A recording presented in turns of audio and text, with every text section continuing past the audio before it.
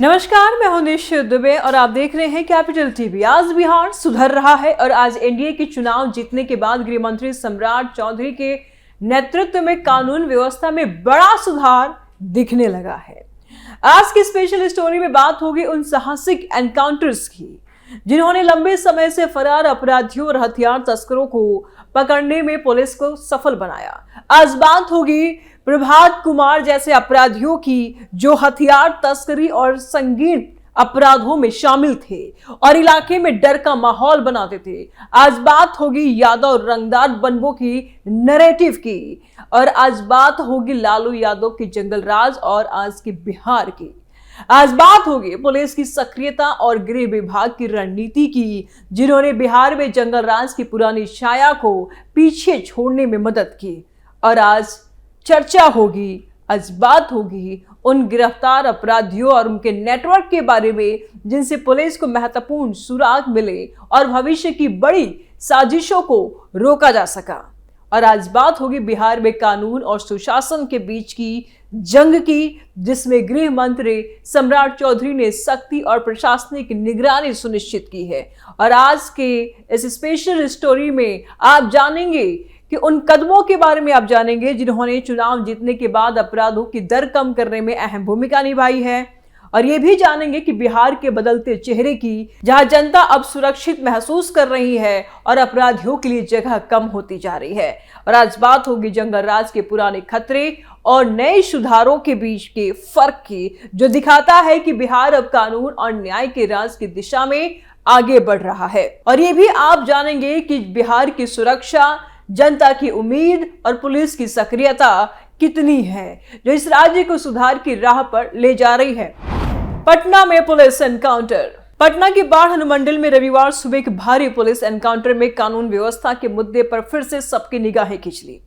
धरपुरा गांव अथमलगोला थाना क्षेत्र में पुलिस ने सक्रिय अपराधी प्रभात कुमार को घेरने के बाद जवाबी कार्रवाई की जिसमें अपराधी के पैर में गोली लगी और गंभीर रूप से अपराधी घायल हो गया। प्रभात को तुरंत अस्पताल में भर्ती कराया गया, इलाज कराया गया जहां उसकी स्थिति फिलहाल स्थिर बनी हुई है। पुलिस ने यह भी बताया कि यह एनकाउंटर सुरक्षा के मद्देनजर था, कानून सुरक्षा और कानून व्यवस्था बनाए रखने के उद्देश्य से किया गया था। प्रभात कुमार के खिलाफ बाढ़ और अथमलगोला थाने में हत्या, लूट और हथियारों की अवैध तस्करी जैसे संगीन मामले दर्ज थे।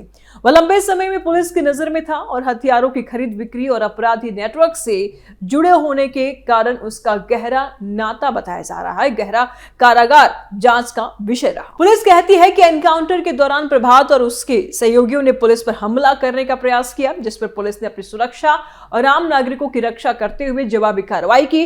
गिरफ्तार अन्य आरोपियों के खिलाफ अभी जांच जारी है और उनसे महत्वपूर्ण सुराग मिलने की भी उम्मीद है जिससे हथियार तस्करी और संगीन अपराधियों के नेटवर्क का एक और पर्दा फाश हो सकता है। जब एक गिरफ्त में है तो धीरे धीरे वो पूरी संरचना के बारे में बताएगा। बिहार में अपराध का खात्मा। बिहार में विधानसभा चुनाव से पहले एनडीए का यही दावा था कि बिहार से क्राइम को भगाना है। यह बिहार में कानून व्यवस्था का मुद्दा कोई नया नहीं है। दशकों से लेकर के इसे जंगल राज से शब्दों का इस्तेमाल किया गया, राजनीतिक मंच पर होता रहा ऐसे शब्दों का प्रयोग खासकर सत्ता पक्ष के द्वारा। 2005 के दशक में बिहार में अपराध दर में लगातार वृद्धि देखी गई। अगर जंगल राज की बात कर लिया जाए तो उस समय काफी हत्याएं, लूट, डकैती और महिलाओं के खिलाफ अपराधों की संख्या बढ़ी। और इस बीच एनडीए सरकार ने अपनी चुनावी रणनीति में यह विशेष प्रमुखता से इस मुद्दे को उठाया कि बिहार में जंगल राज समाप्त हो गया है और सुशासन और विकास के साथ साथ कानून व्यवस्था को भी मजबूत बनाना मुख्य लक्ष्य है। एनडीए के नेतृत्व में चुनाव प्रचार में यही कहा गया कि अपराध को कड़ी कार्रवाई के साथ नियंत्रित किया जाएगा। और देखिए धीरे धीरे अपराध की जो गति है उसमें भी कमी आई है। सम्राट चौधरी नीति, क्लाइमेट ऑफ नॉन टॉलरेंस। चुनाव जीतने के बाद गृह विभाग की कमान सम्राट चौधरी के हाथ में दी गई जिन्होंने पद संभालते ही अपराध के खिलाफ जीरो टॉलरेंस नीति अपनाने का संदेश दिया। चौधरी ने स्पष्ट कहा कि बिहार अपराधियों के लिए नहीं है, बिहार अपराधियों के लिए कोई धर्मशाला नहीं है और पुलिस को अपराध नियंत्रण में पूरा स्वतंत्रता दी गई। उन्होंने बताया कि लगभग 400 माफियाओं और संगठित अपराधियों की सूची तैयार की जा चुकी है। चुन चुन कर उन पर कार्रवाई होगी, जिनके खिलाफ सख्त कार्रवाई शुरू की जाएगी। कोर्ट से आवश्यक अनुमतियां भी मांगी जा चुकी हैं और आगे अवैध संपत्ति की जब्ती सहित अन्य कई कदम उठाए जाएंगे। सम्राट चौधरी ने यह भी कहा है कि लगभग 60% अपराध जेल से निकलकर चल रहे हैं और उसके खिलाफ भी सख्त कदम उठाए जाएंगे। जेल से बाहर बैठे अपराधियों का नेटवर्क कमजोर भी पड़े। एनकाउंटर और सख्ती की मिसालें। एनकाउंटर की नीति के पहले ही संकेत मिलने लगे हैं। सम्राट चौधरी के गृह मंत्री बनते ही यूपी मॉडल जैसा अपराध नियंत्रण दृष्टिकोण बिहार में लागू होने लगा, जहां पुलिस ने कुख्यात अपराधी शिवव्रत राय को गोली मारकर घायल किया और उसके पास से हथियार और अन्य सामग्री बरामद की। बाढ़ अनुमंडल का प्रभात कुमार एनकाउंटर इसी प्रभाव की श्रृंखला में आता है, जहां पुलिस ने सशस्त्र अपराधी नेटवर्क के खिलाफ खुले तौर पर जवाबी कार्रवाई की और घायल अपराधी को पकड़ा। यह स्पष्ट संकेत है कि सख्त कानून व्यवस्था नीति अब बिहार में सिर्फ नारा नहीं बल्कि कर्म में बदली जा रही है। इसके अलावा वैशाली में पुलिस ने 26 अपराधियों की अवैध संपत्ति की जब्ती की कार्रवाई शुरू की है, जो भी अपराधियों को आर्थिक रूप से कमजोर करने की दिशा में एक बड़ा कदम माना जा रहा है। एक समय था बिहार नाम से लोग दहशत में आ जाते थे, बिहार के नाम पर डरते थे। लोगों को लगता था कि जो एक बार बिहार गया वो दोबारा लौट कर नहीं आएगा, और इतनी खराब छवि थी कि लोग अपने आप को बिहारी बोलने से भी हिचकते थे। और वह समय था जंगलराज का, वह समय था लालू यादव का दौर का। उस समय क्राइम चरम पर था और उसी छवि को सुधारने में अब एक महत्वपूर्ण कदम उठाया जा रहा है। बिहार में सम्राट चौधरी ने बिहार में भी यूपी के फॉर्मूले पर एक्शन करना शुरू कर दिया है। अब क्राइम करने वालों के पास सिर्फ एक ही रास्ता है, या तो क्राइम छोड़ दो या तो बिहार को अलविदा कर दो, क्योंकि अब बिहार में तो कोई गुंजाइश नहीं है। अगर यह कहा जाए कि पिछले 20 साल में बाहुबली और रंगदार काफी हद तक अंडरग्राउंड हो गए हैं, इनकी रीढ़ की हड्डियां टूटी हुई हैं, तो कोई अतिशयोक्ति नहीं होगी इसमें। और आपकी सरकार की लक्ष्य एकदम क्लियर है, नो रंगदार ना ही बाहुबली।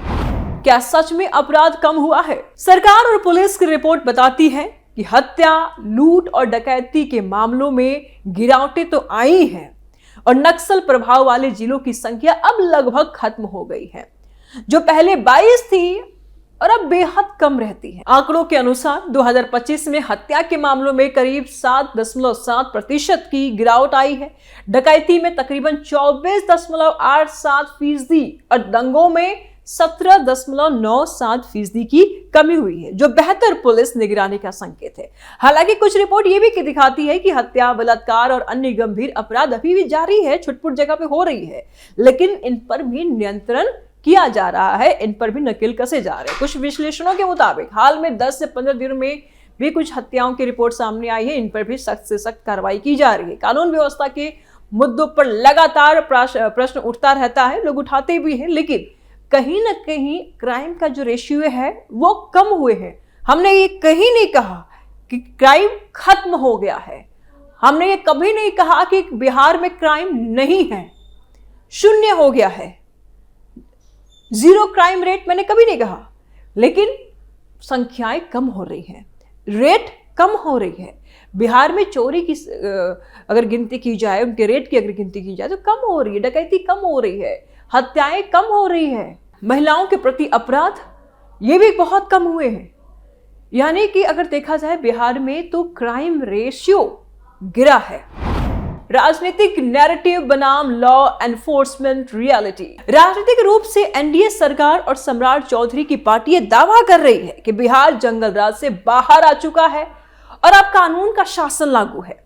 चौधरी ने यह भी आश्वासन दिया है कि अपराधियों को राज्य छोड़ना होगा और पुलिस को बिना किसी रोक के अपराध को रोकने का अधिकार दिया गया है। वही आलोचक कहते हैं कि आंकड़े मिश्रित हैं, कुछ मामलों में अपराध की संख्या गिरी जा रही है, जिससे यह स्पष्ट नहीं है कि सुधार की प्रक्रिया कब पूर्ण होगी, लेकिन सुधार है। जैसे कि अभी हमने कहा कि हमने कभी नहीं कहा कि शून्य हो गया है, हमने ये कहा कि अपराध की संख्याएं जरूर गिर रही है।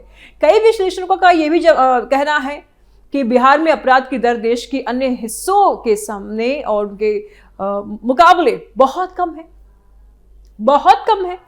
लेकिन गंभीर अपराधों में भी देखा जाए तो अभी भी गिनतियां हो रही हैं और एनकाउंटर भी हो रहे हैं। यानी कि अगर अपराध डिटेक्ट होते हैं तो एनकाउंटर भी किए जा रहे हैं, कार्रवाई की जा रही है। और आज की जो हमने खबर जो आपको बताई है वो इसी पर बेस है। एनकाउंटर, नीति सुधार और कानून राज।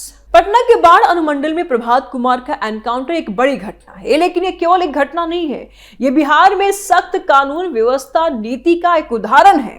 ये साफ कहता है कि कट्टा सरकार नहीं बनी है, यहां यादव रंगदार नहीं बनेगा। बिहार है, यहां शांति पनपेगा और उसे ही यहां पनाह मिलेगा। गृह मंत्री सम्राट चौधरी के दिशा निर्देशों और एनडीए सरकार के दृष्टिकोण के तहत पुलिस कार्रवाई में सक्रियता आई है, जिसमें गठित 400 माफियाओं की सूची, संपत्ति जब्ती, सख्त चेतावनियां और जवाबी कार्रवाई शामिल है। हालांकि अपराध पूरी तरह समाप्त नहीं हुआ है, परिस्थितियां स्पष्ट रूप से बदल रही हैं। पुलिस अब सक्रिय रूप से अपराधियों को घेरने, नेटवर्क को तोड़ने, कानून लागू करने में जुटी हुई है। और आज बिहार में सुशासन और सुरक्षा की दिशा में कदम है, लेकिन सुधार की प्रक्रिया अभी भी चल रही है। आगे समय के साथ ही यह साफ होगा कि जंगल राज का आखिरी साया कब पूरी तरह से हटता है। लेकिन ये इसमें अगर ये कह दिया जाए कि बिहार अब विकास कर रहा है, सुधार की तरफ है, तो कोई अतिशयोक्ति नहीं होगी। फिलहाल स्पेशल स्टोरी में इतना ही। अपनी राय आप जरूर दें बिहार को लेकर के, बिहार के विकास को लेकर के और बिहार के लोग के प्रति आपकी क्या राय है, जरूर कमेंट बॉक्स में लिख करके बताएं। आपकी राय हमारे लिए एक ऊर्जा की तरह काम करती है। जल्दी मिलते हैं नए अपडेट के साथ, दीजिए इजाजत, नमस्कार।